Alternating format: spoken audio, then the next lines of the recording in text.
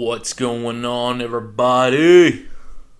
Good afternoon or evening. What is up? It is June 5th, 2020. It is about 5 p.m. What's going on, everybody? Yeah, world's going to shit. The world is going to shit. Black Lives Matter movement is making a stand, rightfully so. And yeah, this is 2020 has been a very, very odd freaking year. Who knows what's going on? I don't even know. But yeah, man, 2020 is just something else. You got riots, you got looting, you got protesting. It's just it's absolutely insane. Absolutely insane. And again, rightfully so. Rightfully so. Yeah, so you got a lot of things going on in pretty much every place in the nation, in every major city, smaller cities. You got peaceful protests, you got some riots here and there, you got looting here and there. Overall, the BLM movement is making a stand, bringing out notice to injustice and racial equality, getting rid of racism. And I feel like I think it's crazy, man, that we're in 2020 and this whole thing is still relevant. I think it's crazy that as being a black person in Black America, it's especially in modern day, that we're still facing injustices and we're still facing racism. I think it's just completely and utterly ridiculous, in my opinion. One thing I do want to make clear too is when you're talking about injustice, you're speaking only about police. When you're talking about racism, I would say you're talking about a more of a general public. I think we kind of forget that. I think it's almost like police officers are its own race. I feel like when you say police officers, you're pretty much talking about blacks, whites, Hispanics, police officers. It's almost as if it's its own race, and it just doesn't make any sense because you have minorities who work as police officers throughout this nation. And yeah, I feel like that's just being depicted as a very interesting way, 100%. That's really where one of my problems comes into play with this whole thing. Is when people say police officers as if they're not human beings either, as if they're not a part of the black community or the white community or the Latina community, right? Or Latin community, I should say, whatever. So to me, it's a little bizarre. It's a little bizarre. Yeah, it's a little bizarre. I feel like there should be. I get it. Okay, you're talking about injustice. You're talking about police brutalities. You're talking about police officers not being held accountable for unjustifiable acts. And let me kind of break that down real quick. When I say unjustifiable acts, I'm talking about where a situation like as George Floyd, where you have an officer kneeling on his neck for over 8 minutes. Whatever. And here's the thing. whatever the toxicology or the autopsy reports, toxicology reports state, doesn't matter from the fact that you can't deviate from the sole purpose of the fact that this officer had his knee on this guy's neck. Doesn't matter what happened prior. Doesn't matter what drugs he was on. That stuff does not matter. It's the sole reason that it's the sole fact. That you had your knee on his neck for over 8 minutes without a single care in the world, hands in pocket or whatever, and just doing whatever. That is an example of an unjustifiable act, right? A police officer shooting a white male, black male, let's just keep it real in this situation, black male, an unarmed black male, an officer shooting him because of XYZ reasons. Could be from anything from going into a pocket, it could be pulling out a knife, it could be pulling out a gun, whether it be real or fake, could be reaching in for something in the glove compartment on a traffic stop when he's just trying to get his registration or whatever. Things like that, unjustifiable acts, right? So that I'm 100% all in on. I definitely think that there should be some accountability, and I feel like that is something that when you talk about police reform or being put in check, I'm 100% all for that. Now you obviously have the other extended issue is good cops and bad cops, or all cops. Now you have about approximately 700,000 police officers that work in this nation. You're looking at 1% of that 700,000 where you would say, okay, bad cops, right? That, as much as we want that number to be zero, we don't live in a perfect world, right? And not for nothing, not every criminal that we come in contact with is an angel either. So let's get that fact out there too. Let's understand that no motherfucker is an angel when it comes to either doing committing a crime or about to commit a crime or what have you. Okay. Whether it's the littlest thing of fucking marijuana or drugs or whatever, heroin, cocaine, doesn't matter, right? That shit don't matter, right? So I just want to address that and say that don't fucking think that these motherfuckers out here acting like angels. You know what I mean? Like I said, I'm all for the injustice. I'm all for a police reform and putting unjustifiable police officers or the bad cops in check in terms of being charged criminally. I'm all about that. At the same time, let's not beat around the bush on the fact that these motherfuckers ain't angels. All right, they have more than likely have a lengthy criminal history. Not in all cases. All right, so let's not get that twisted either. Let's be real. Not in all cases. Most cases, but not in all cases. All right. So I think when you talk about the 1% of bad cops, you're definitely talking about the very few who do the wrong thing, who don't do the right thing, right? And then you have this so-called, well, if a good cop sees an officer do the wrong thing, then they're just equally as bad. You could go fuck yourself with that. No, that's not the case at all. You can still be a good cop and take care of business behind closed doors against a bad cop. Okay, you don't need to show proof of that out there in the world on live video, right? Depending, obviously, if it's a life or death situation like the George Floyd incident, then yes, as a good cop, you better fucking stand in and make sure that you do what you got to do, right?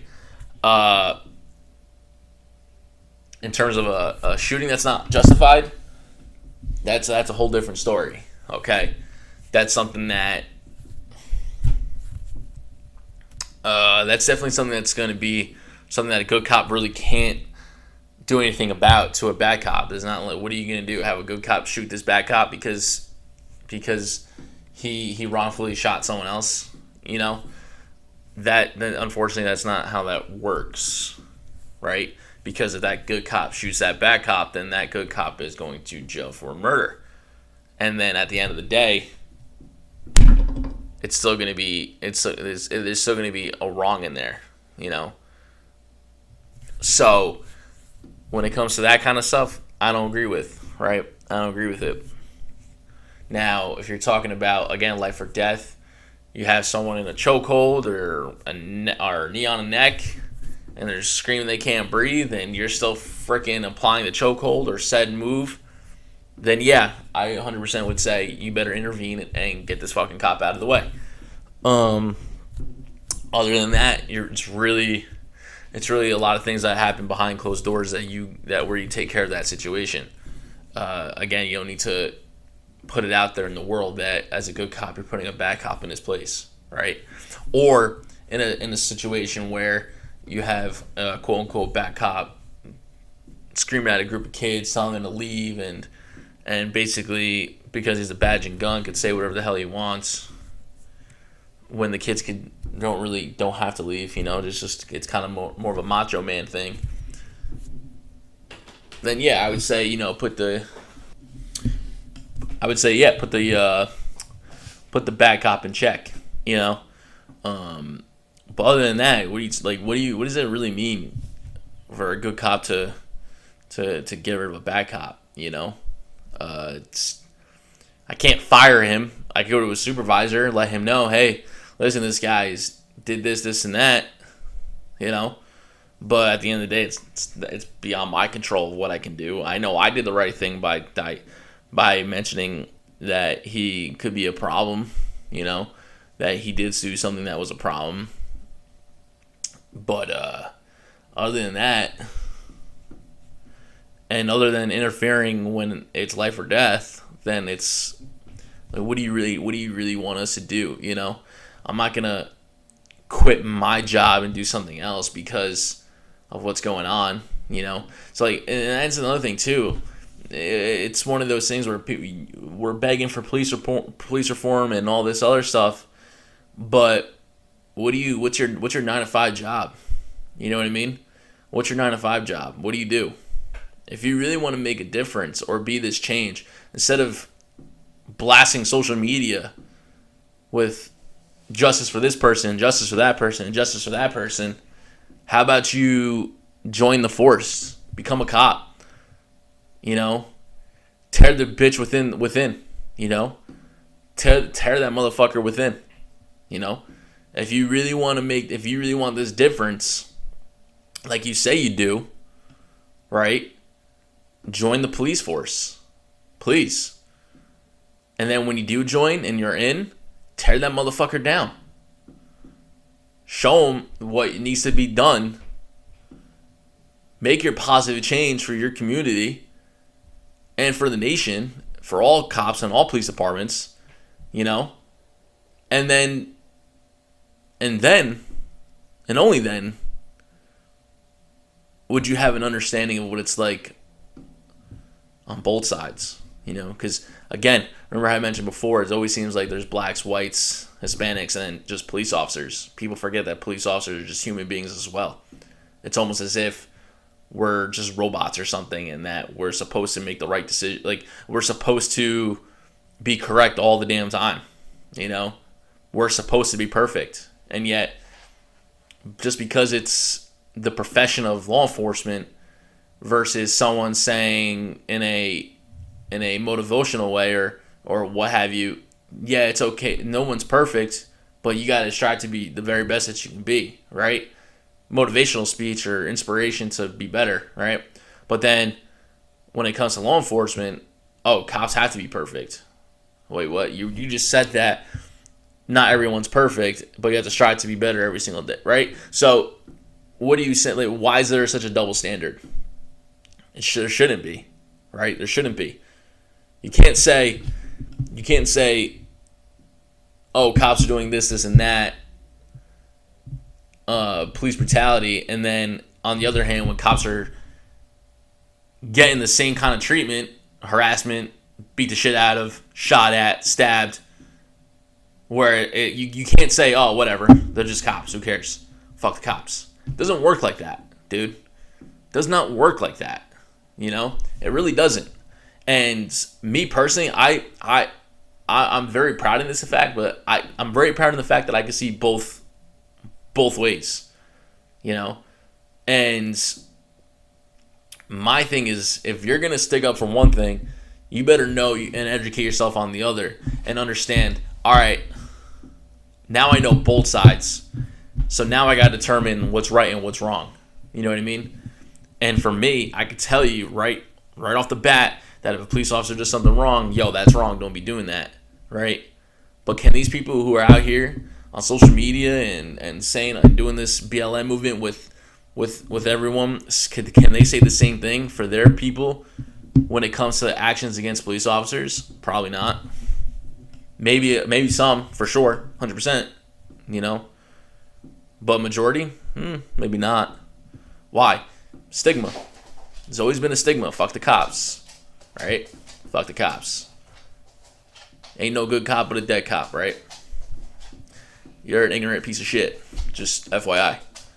So, to me, your argument of racism and equality is kind of thrown out the window, because how come it's okay for you guys to fuck us over? How come it's okay for you guys to harass us? And how come it's okay for you guys to shoot at us? And how come it's okay for you guys to stab us and fight us? You know? Doesn't make any sense. And again, I see both sides to it. You know? I could sit here and say Blue Lives Matter, but I don't play that freaking game. Because I understand that as police officers, we sign up for this job.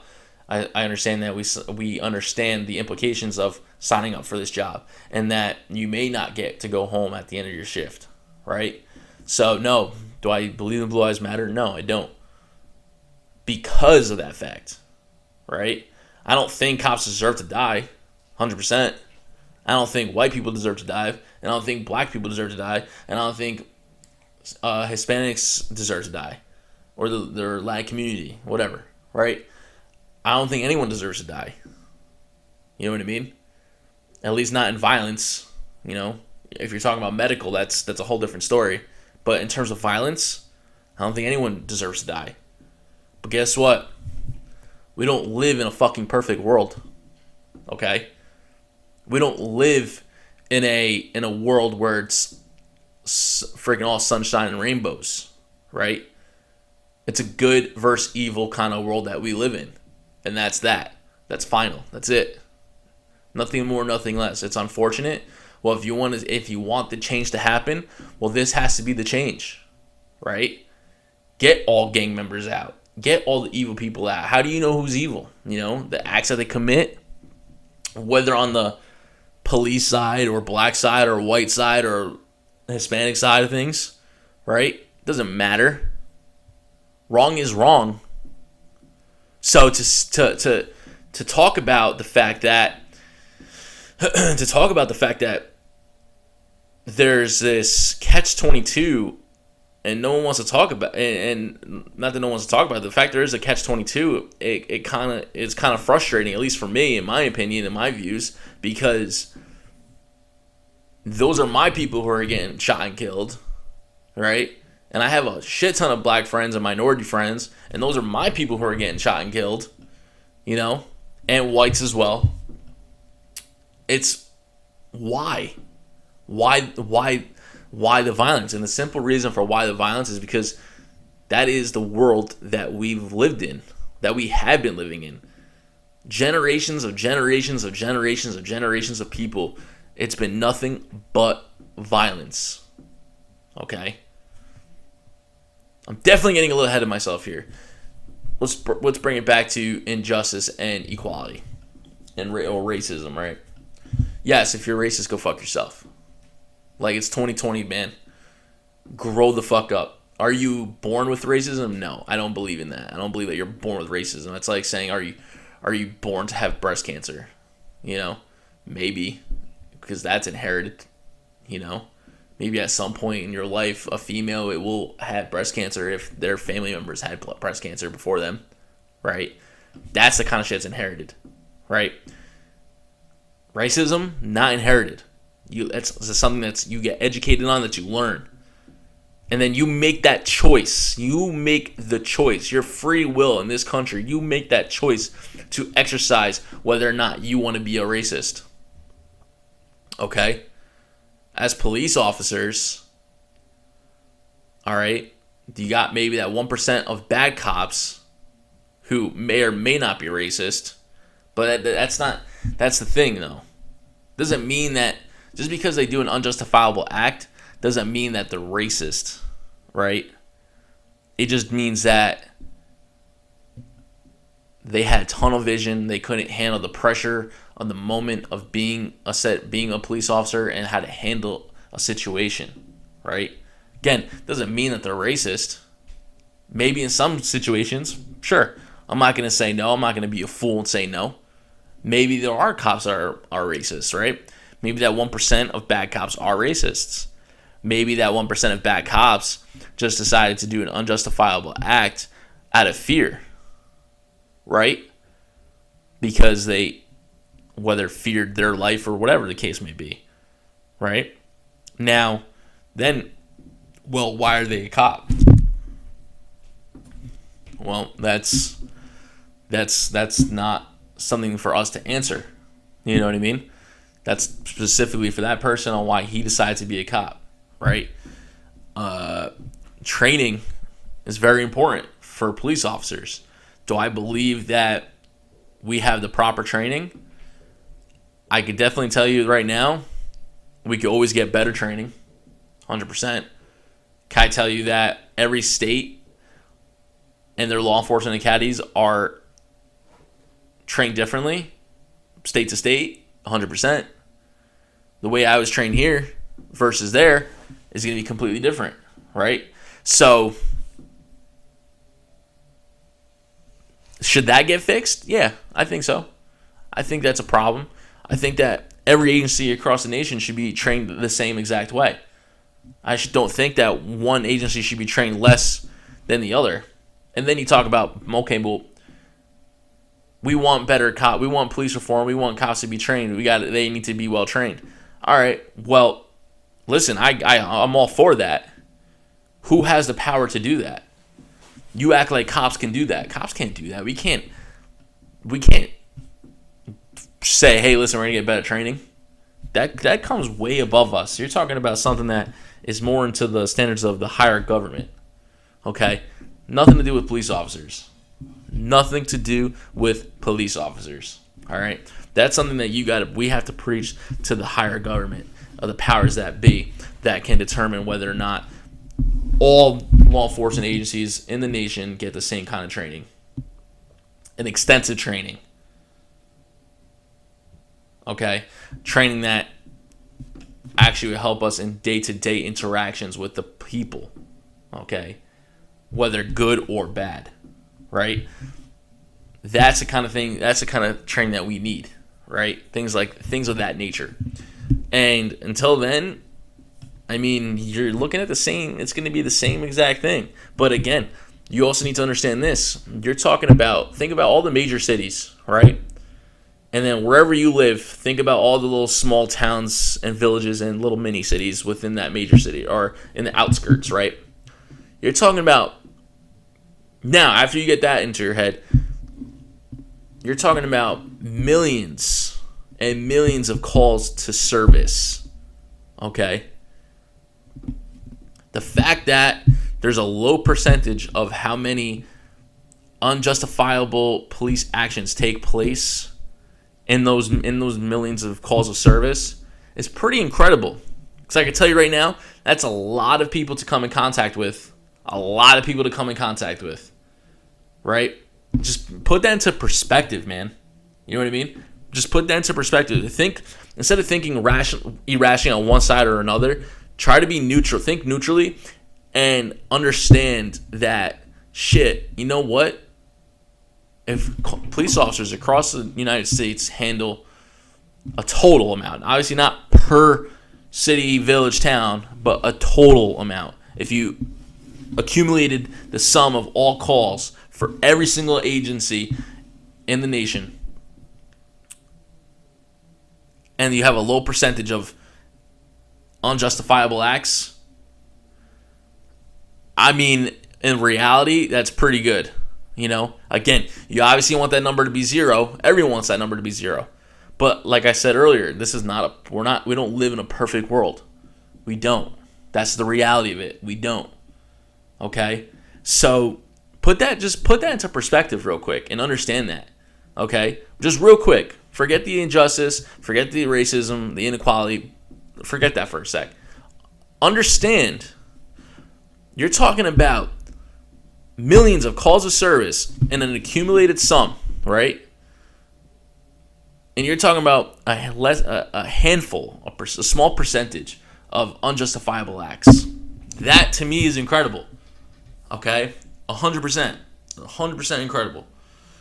Now, obviously, you break it down even further, and then sure, whatever, you can break it down more and more until eventually it starts swaying to the way you want to see it.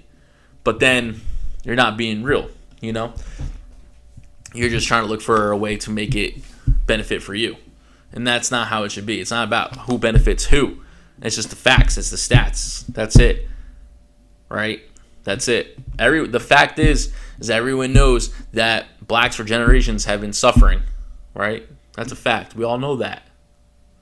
It's 100% unfortunate. And in the year 2020, they should not have to deal with the bullshit that they deal with. From their own people, from white people, but from officers as well. Okay?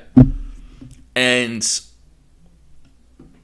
that to me is a major concern, is when people view the shit one-sided versus looking at it together. Understanding this side and understanding that side. Okay? Because once you do that, I believe that you could actually focus on what's right and what's wrong. You'll be able to break it down.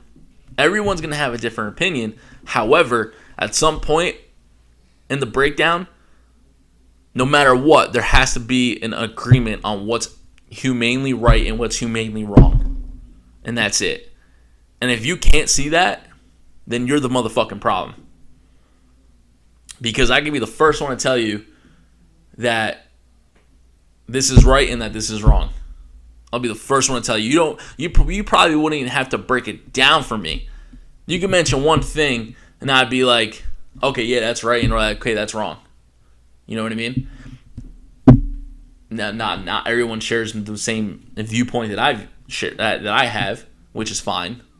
That's what makes me unique, right? What makes other people unique. Makes me unique because I can see both ways. And then I've been seeing a lot of another thing too is I see a lot of, well, you got the names of all in the Black Lives Movement, the black community, the names of the people who have died due to police brutality or what have you. Well, again, if you could see that view and the view of the police, how many of us get gunned down in the streets as well? Ask yourself that. And if your response is, well, who gives a fuck? You're the fucking problem. You're the fucking problem. That's just basically being racist against cops. Because of your beliefs that you think that they just fuck the cops. You're kind of just being racist against them. In a sense. But you're talking about, oh, they gun us down, but I could tell you first and foremost, what about the cops that get gunned down on the streets? And then I can name you a whole list as well. And then you want to go back to 2010? I can name you a whole list back to 2010 as well of cops that got gunned down in the street. We could do this all damn day. You know what I mean? We could do this all damn day.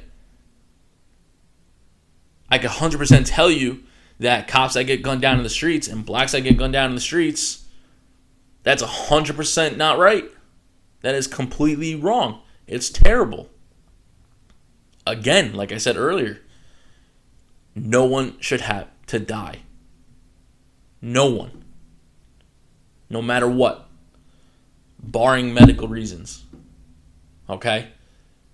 That's the reality of it, man. That's the reality. You want to talk about injustice, you want to talk about racism, you want to talk about inequality. I can say the exact same thing for cops. Right?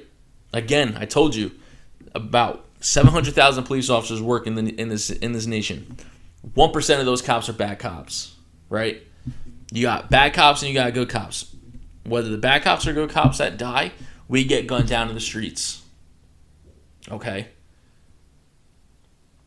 Our job ain't easy, guys. Our job is not easy. It's a very, very difficult job. You're not selling cars, you ain't selling insurances, you're not doing this, you're not doing that, right? Whatever. You get what I'm saying? Our job is a very difficult job. And a select few do it. Right? Otherwise, if you're the ones protesting and you're the ones on social media demanding for change, well, instead of being on social media demanding for change, go to your local county building, sign up for a civil service exam, and be the change. Right? But why would you? Either A, because you know you probably won't handle it. B, you definitely, if you put yourself in the position as a police officer and you have yourself yelling at you as a police officer and you say to yourself that you can't handle it, then yeah, exactly. Right? It's not easy. This job ain't easy. Okay? It's not easy. However, with that being said, if you want to make that change, you want to be the change, please, I encourage you guys, become police officers. Become police officers within your communities and be the change. You want to get bad cops out? Come on in. Join us good cops so we can work together to make for a better America. Okay? And if you don't, because you have too much of a criminal history, or because you can't pass a test, or because of medical issues or XYZ reasons, then join relations with your local police department, right? Come together. See if you can come with a community outreach program or something where you and the police can work together to strive for a better America. If you can't join, there's definitely ways to do it, right? There's ways to do it. Protesting, sure, one way. That's your constitutional right. But in the end, you joining or you actually going to a department and actually talking to whoever you need to talk to make something happen where you have a program in place to better the communities, then do it. Stop going on social media and begging justice for such and such people. Okay? Because I could go on social media and beg for such and such justice for officers that die as well. Okay? Again, we could go back and forth with this. All right? The only difference is that you're talking about generations of black people and racism and inequality, right? But I could do the exact same thing. I could bring you back centuries and generations of police officers who die in the hands of citizens out on the street. That's the reality of it, man. That's the reality of it. And if you choose to not see that or believe that, that's your problem. That is your problem. I am specifically only talking about right and wrong here. Okay? Right and wrong. I'm for the cause. I'm for the movement. I'm for injustice. I'm for getting rid of racism. All right? But I also understand that I'm for police officers. I'm for justice for police officers that get attacked and killed out in the line of duty when they're just trying to protect their communities. Okay? And then, specifically now, you have these cops who are out there in riot gear. Well, listen, it's just a job that they're doing, okay? I can tell you right now, they don't want to be out there. They don't want to, they would rather help the cause or be out there, but they have a job to do. Okay? So what you guys want to say? You guys might say, oh, well, so what? Get brought up on disciplinary charges. At least you're doing what's right. I hear you. 100% I hear you. But you know what? He or she probably has a family of 4. He needs to be able to put food on the plate somehow. It's not as easy as you guys might make it seem. Okay? Tell you right now, me personally, yeah, absolutely. I'd love to join the fight for the cause. But I also have to put food on the plate and on the table. You know what I mean? But it's just a job, man. It's a job that these guys do. It's nothing personal. They're here to uphold the Constitution. They're here to protect your right to protest, to assemble peacefully. But once you guys start getting out of hand, all bets are off, man. All bets are off. That's it. That's it. There's no ifs, ands, or buts. Don't do it. Protest peacefully. Make your point. We will join in on that. But once you start getting rowdy and getting stupid, all bets are off, man. That's it. That's it. So this is something that's going to be just something that's going to be talked about for a very long time, and until level heads come together, or a majority of level heads come together, it's always going to be a problem. It's always going to be a problem until level heads come together to make a difference, a true difference, a police reform, a community program. Okay? Until something like that happens, this is going to be an ongoing issue. An ongoing issue. Right? Drew Brees talks about how not disrespecting the flag or kneeling. This guy, Drew Brees, got attacked by every single black man in America. Celebrity, non-celebrity. Drew fucking Brees. This guy has done more for his community than you could possibly imagine. And this dude got destroyed. All because of him not understanding the whole point. But guess what, man? At the end of the day, you guys are fighting for what you believe in, and he's fighting for what he believes in. But like I said earlier, then you break it down. And when you break it down, you're breaking it down from right and wrong. And then, at the end of that, you will come together and understand, okay, I was wrong. Drew Brees, wrong. Right? Yes, I agree. He stood up for what he believed in. That's all any of us can do. That's what you guys, the BLM movement, are doing. Right?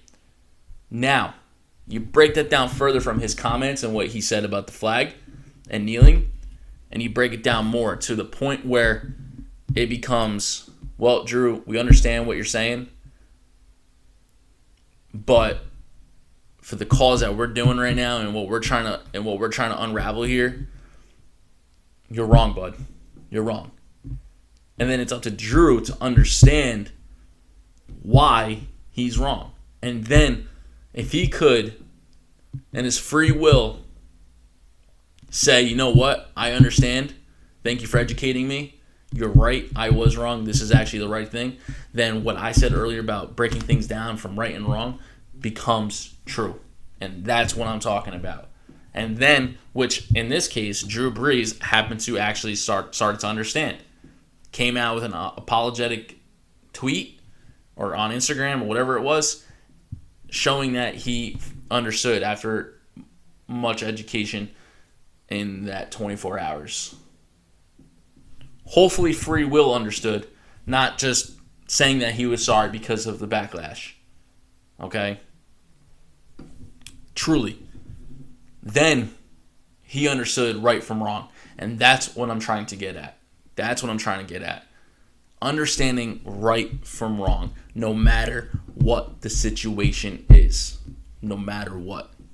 You break it down if you have to. You get educated if you have to understand right and wrong. And that's what it comes down to. That's what being human is. Understanding what's right and what's wrong. And yeah, I think humans have lost that. For sure. Because there's a lot of situations where I could say that people would think, oh, well, that's in a wrong situation. They say that's right. Yo, you're not being human. You're being fucking psychotic and evil. You're being psychotic and evil. You're not being humane. A humane person knows right from wrong. And that's it. Drew Brees said something. Everything was perfect up until that point. Then he said what he said, and that was it. He understood. He got educated. I think it was Malcolm Jenkins, I believe. Pretty much had an incredible speech. If you haven't seen that speech, please watch that speech. That was an incredible speech. Broke it down. Here you go, Drew. Now you're educated, bud. Now you make your rational decision. And Drew Brees understood and admitted that he was wrong. That's it. Right and wrong. There's right and wrong. I admit, and I said it earlier in the podcast, cops do wrong things. Black, whites, Hispanics, they do wrong things. Everyone does something wrong. The level of degree is where it matters. Otherwise, there ain't no perfect human being. No one's an angel. And that's that. And that's that. Nothing more, nothing less.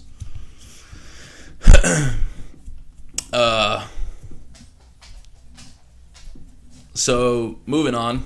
We have UFC fights up this weekend. Tomorrow night, actually. UFC 250.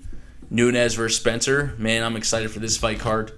It's going to be a solid fight card, man. I am super excited. I'm excited for the Nunes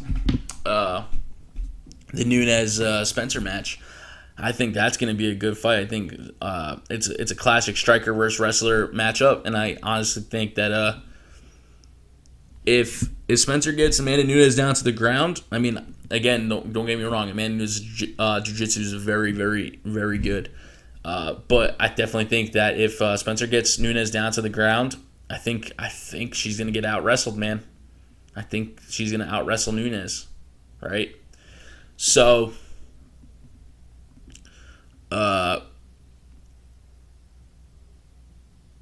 yeah, I think it's going to be a great fight. I'm looking forward to that fight.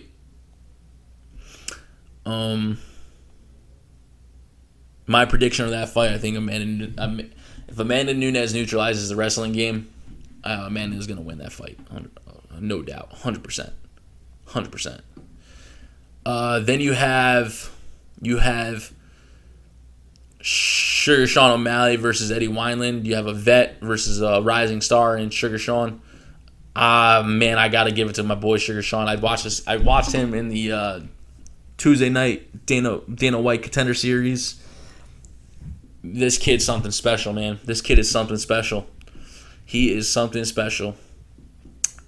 Great southpaw fighter. I love my southpaws. He's just, I think he's just gonna dominate that fight, man. He's coming off a fantastic victory at UFC 248 where he came off a knockout win. So I think Wineland's gonna have a lot on his hands, and it's a perfect matchup because you got Wineland, who's a UFC veteran. You know, Wineland's a UFC veteran. He's gonna match up well against O'Malley, and it's gonna really. This match is really gonna dictate where O'Malley is in this point in his career, 100%. So it's going to be exciting to see. That match is going to be exciting to see. And then you have Neil Magny versus Anthony Martin. That's going to be a solid fight. Neil Magny's, I can't believe this guy's still fighting. But I remember when he was in the Ultimate Fighter. That's going to be an exciting fight. Neil Magny's minus 143. Anthony Martin's plus 115. So there's your Vegas odds there. That's going to be a good fight. I'm calling for Neil Magny to win. Then you have in the bantamweight matchup, Aljamain Sterling and Corey Sandhagen. That's going to be a good fight. Both apparently are at minus 112. I think Aljamain Sterling has the advantage, though. I think his striking is good. His jiu-jitsu, his wrestling is excellent. I think stylistically, I think Sterling matches up pretty well against Corey. So it's gonna be a solid fight. I mean, both fighters are excellent fighters, but I think stylistically, I think Aljamain Sterling definitely has an advantage for sure. And then in the co-main event, you have Rafael Sancho versus Cody Garbrandt. Cody Garbrandt is a minus 148, 120 favorite of Rafael Sancho. So it's gonna be an interesting fight here. And the reason why is because Cody Garbrandt's coming back. I think he's lost three fights in a row since his win against Dominic Cruz by knockout. So I think 3 fights. I think because I know he lost to TJ Dillashaw twice, and then I think he had fought someone else after Dillashaw and lost that fight as well. But so yeah, I believe it's 3. He's on a 3-fight losing streak with 3 straight knockouts. So Cody Garbrandt had to reinvent himself. He had completely had to reinvent himself. He's all revamped now. We'll see what happens. If he could get out of that bulldog mentality of brawler mode, I think you'll definitely see a different kind of Cody Garbrandt. If for whatever reason he goes back to that brawler mode where he's just throwing haymakers and leaving his chin out, then I would imagine Rafael knocking Cody Garbrandt out. But I think this is going to be a good fight. It's going to be a good fight, and I'm rooting for Cody Garbrandt. As crazy as that actually is, I'm rooting for Cody Garbrandt. I think if he's revamped and his new way of fighting like he says he is. I mean, he's had time to work out on his stuff. He's had time to recover. He's got time to really just re-energize himself. I really think that this version of Cody Garbrandt will come out victorious. And then you have the main event for the, I think it's women's strawweight, or I think it's strawweight. What do I know? Or not strawweight, but I think it's bantamweight or featherweight.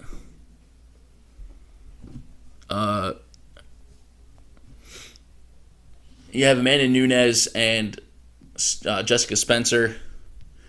So I think that, like I said before, it's featherweight, in the featherweight division. So I think Amanda Nunes, she can neutralize Felicia. I'm out of it right now. I meant to say Felicia, not Jessica. If Amanda Nunes can neutralize Felicia Spencer's wrestling, Amanda Nunes will come out victorious. But even then, if Amanda Nunes gets taken down, her jiu-jitsu is very good, man. You know, Felicia Spencer's wrestling is excellent. I think that this fight has to stay standing up for Amanda Nunes to win. Honestly. She's the best pure women's striker in history. Period. So she would definitely come out victorious if she managed to keep this standing up, which I think she will. So, quick recap: you got Amanda Nunes. I got Amanda Nunes winning. Cody Garbrandt, Aljamain Sterling, Neil Magny, and Sean O'Malley. That is my bold predictions for UFC 250. UFC 250 is going to be live on ESPN Plus pay-per-view tomorrow, June 6th, 2020 at 10 p.m. Live stream illegally if you want, or watch on ESPN pay-per-view. ESPN Plus pay-per-view at 10 o'clock p.m. Eastern Time. It's going to be an exciting night of fights, guys. It's going to be an exciting night of fights. Couple other things to talk about in the UFC world.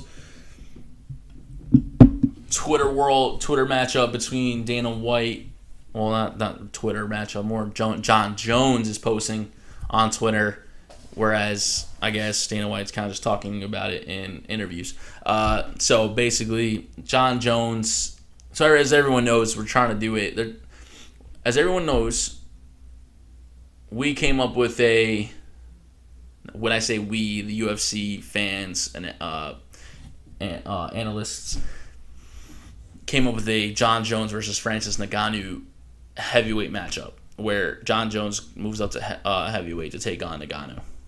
That's a fight that pretty much everyone wants to see. However, it's a fight it's a super fight, right? So ideally, you want for a super fight, you want your fighters to get paid more, right? Now, here's the thing. So with John Jones, he's your light heavyweight champion, right? He, as Dana White says, is the GOAT, right?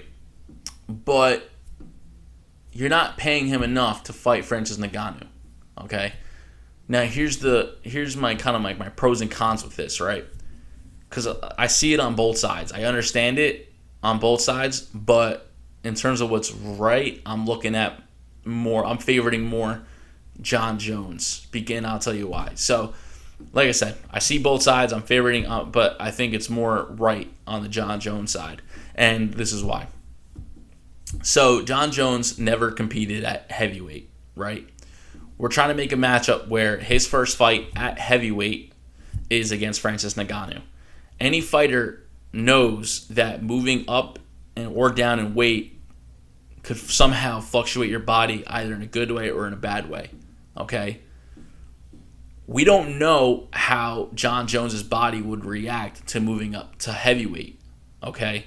Especially if you do a catch weight, which could be beneficial for John Jones, but might not be beneficial for Francis Ngannou, because then he has to go down to a certain weight of whatever the agreement is. So, anyways, so John Jones needs to go up in weight.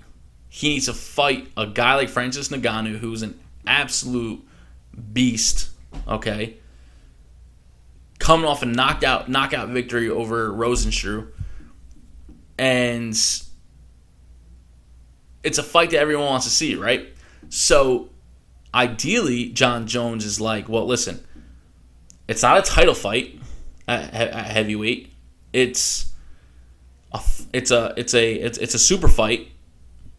I'm going up in weight, which I've never done before. Because it's a super fight, this fight should demand money. 100% agree with him. I think absolutely. John Jones has more to lose than to gain by him going up to heavyweight. If he goes up to heavyweight, he's not going up to heavyweight for a title, right?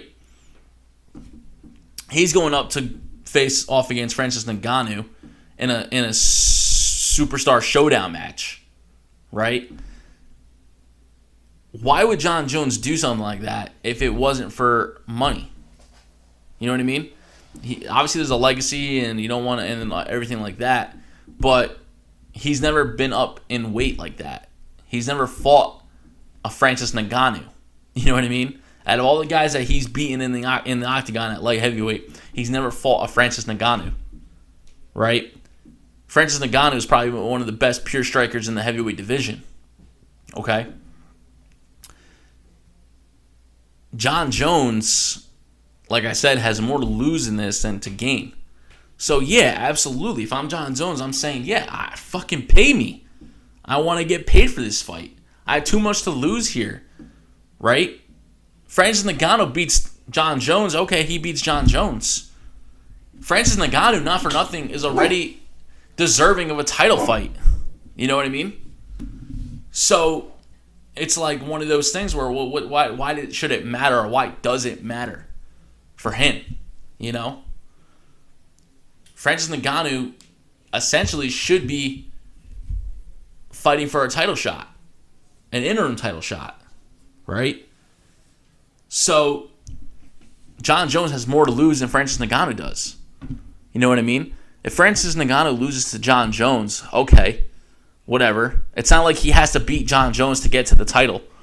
He already has that. You know what I mean? He already has that opportunity. He beat Rosenstruck. He beat the guys that he needs to beat to get to that opportunity.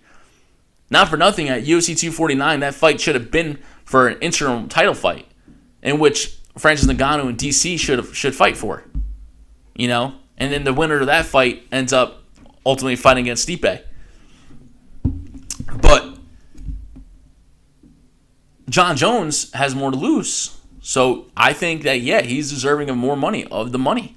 You know? And it's a super fight. Everyone's going to watch that fight. Everyone would love to see that fight. Why wouldn't you not want that fight to happen? You know what I mean? That fight is a brilliant fight to make. It's a great matchup. Pay the guys. Pay them. Dana, pay them. You know what I mean? Pay them. And now, and then you have John Jones, who's now is like, well, I'm not getting paid. I'm like, release me from my contract. I'm vacating the light heavyweight championship. You have all these things going on. John Jones is doing this. John Jones is doing that. And it's like, well, is he now champion? Is he not champion? Is he with the UFC? Is he not with the UFC? Who the hell knows? It's just a complete epic saga right now that's going down between John Jones and the UFC. And I think ultimately at the end of this, I think John Jones is going to get what he deserves, which is a title, which is his fight for the money. It just doesn't make sense to not do it. It doesn't make sense to not do it. It really doesn't. But now, okay, with this being said, just today, I believe, Jorge Masvidal, yep, your number 2 ranked or number 3 ranked welterweight, number 2 ranked welterweight, I think, he said the same exact thing. He said to Dana via Twitter, all right, and I'm summarizing here, all right, well, these negotiations for my next fight are obviously not going down well because you're not giving me the money that I deserve for a title fight against Kamaru Usman. All right, well, release me. He's taking the playbook he's taking the John Jones playbook, right? And rightfully so. You're talking about Jorge Masvidal. This guy is comeback fighter of the year. This guy completely put Till away. He put Ben Askren away. He put Nate Diaz away. You know what I mean? Those are big name guys. Big name guys that he put away. And he's clearly next in line for a welterweight title shot against Kamaru Usman. So if that fight is being negotiated on, how are you not making that a money fight? How? Kamaru Usman beat Tyron Woodley. Kamaru Usman beat Kobe Covington. Right? How are you not making that a money fight? It has to be a money fight. 100%. You can't just give money to guys like Conor McGregor, even though they're better. Yeah, sure, better suited for a payday because of pay-per-view buys and things like that. Yeah, okay, sure. You know what I mean? But still, man, these are top guys here. Jorge Masvidal, everyone's on that Jorge Masvidal bandwagon. You know what I mean? He's done a lot to gain the fans. You know what I mean? Give him the money. Get that title fight done. Who else? You're going to put Gilbert Burns in there who just beat Tyron Woodley? It doesn't make sense. It doesn't make sense, man. Jorge Masvidal is the clear number 1 to face against Usman for that title. 110%. And if that's not the case, then do Masvidal versus Burns for the number 1 contention title for Kamaru Usman's title belt, and have that fight be in the fall winter time. That's it. Otherwise, give Masvidal his title shot now for the July 11th fight card at Fight Island. Unless you're trying to make a Masvidal-Conor McGregor matchup, then sure. But if I'm Masvidal, I mean, besides the fact that I mean, you're gonna get a payday with the McGregor fight, so that makes sense.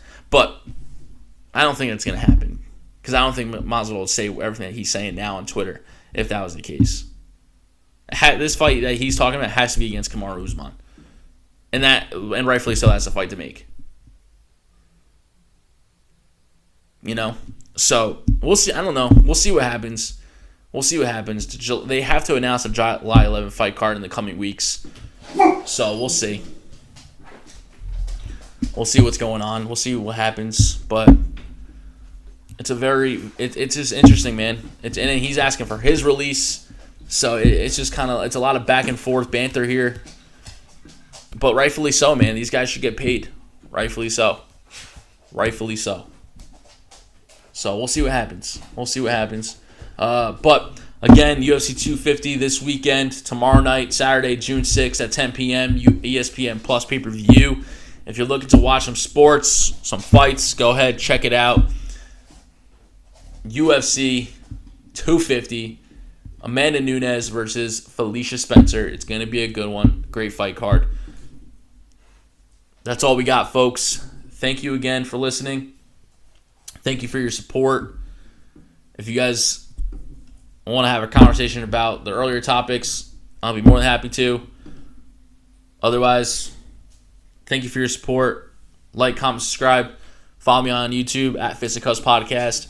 Follow me on Instagram, also at FISTICUFFS Podcast. And I would greatly appreciate it. All right, guys. Take care. Have a good one. Stay healthy. Stay safe. Peace.